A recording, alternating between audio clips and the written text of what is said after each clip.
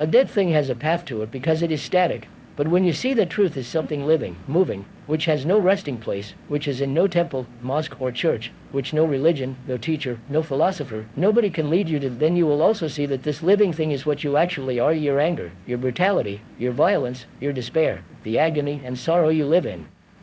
In the understanding of all this is the truth, and you can understand it only if you know how to look at those things in your life. And you cannot look through an ideology, through a screen of words, through hopes and fears. So you see that you cannot depend upon anybody. There is no guide, no teacher, no authority. There is only you, your relationship with others, and with the world. There is nothing else.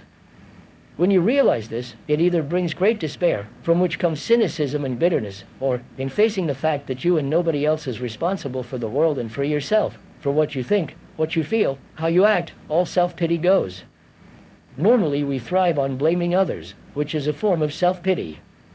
Can you and I, then, bring about in ourselves, without any outside influence, without any persuasion, without any fear of punishment, can we bring about in the very essence of our being a total revolution, a psychological mutation, so that we are no longer brutal, violent, competitive, anxious, fearful, greedy, envious, and all the rest of the manifestations of our nature which have built up the rotten society in which we live our daily lives?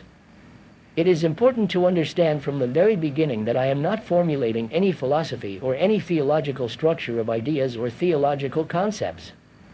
It seems to me that all ideologies are utterly idiotic. What is important is not a philosophy of life, but to observe what is actually taking place in our daily life, inwardly and outwardly. If you observe very closely what is taking place and examine it, you will see that it is based on an intellectual conception, and the intellect is not the whole field of existence. It is a fragment, and a fragment, however cleverly put together, however ancient and traditional, is still a small part of existence, whereas we have to deal with the totality of life. And when we look at what is taking place in the world, we begin to understand that there is no outer and inner process. There is only one unitary process. It is a whole, total movement, the inner movement expressing itself as the outer, and the outer reacting again on the inner. To be able to look at this seems to me all that is needed, because if we know how to look, then the whole thing becomes very clear, and to look needs no philosophy, no teacher. Nobody need tell you how to look. You just look.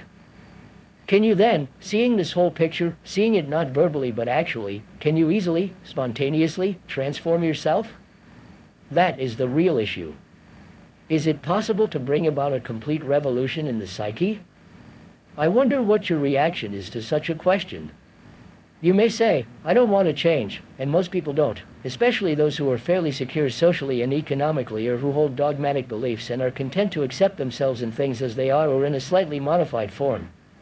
With those people we are not concerned. Or you may say more subtly, well, it's too difficult. It's not for me, in which case you will have already blocked yourself, you will have ceased to inquire, and it will be no use going any further. Or else you may say, I see the necessity for a fundamental inward change in myself, but how am I to bring it about? Please show me the way, help me towards it. If you say that, then what you are concerned with is not change itself. You are not really interested in a fundamental revolution. You are merely searching for a method, a system, to bring about change. If I were foolish enough to give you a system, then if you were foolish enough to follow it, you would merely be copying, imitating, conforming, accepting, and when you do that you have set up in yourself the authority of another, and hence there is conflict between you and that authority. You feel you must do such and such a thing because you have been told to do it, and yet you are incapable of doing it. You have your own particular inclinations, tendencies, and pressures which conflict with the system you think you ought to follow, and therefore there is a contradiction. So you will lead a double life between the ideology of the system and the actuality of your daily existence. In trying to conform to the ideology, you suppress yourself, whereas what is actually true is not the ideology but what you are. If you try to study yourself according to another, you will always remain a second-hand human being. A man who says, I want to change, tell me how to, seems very earnest, very serious, but he is not.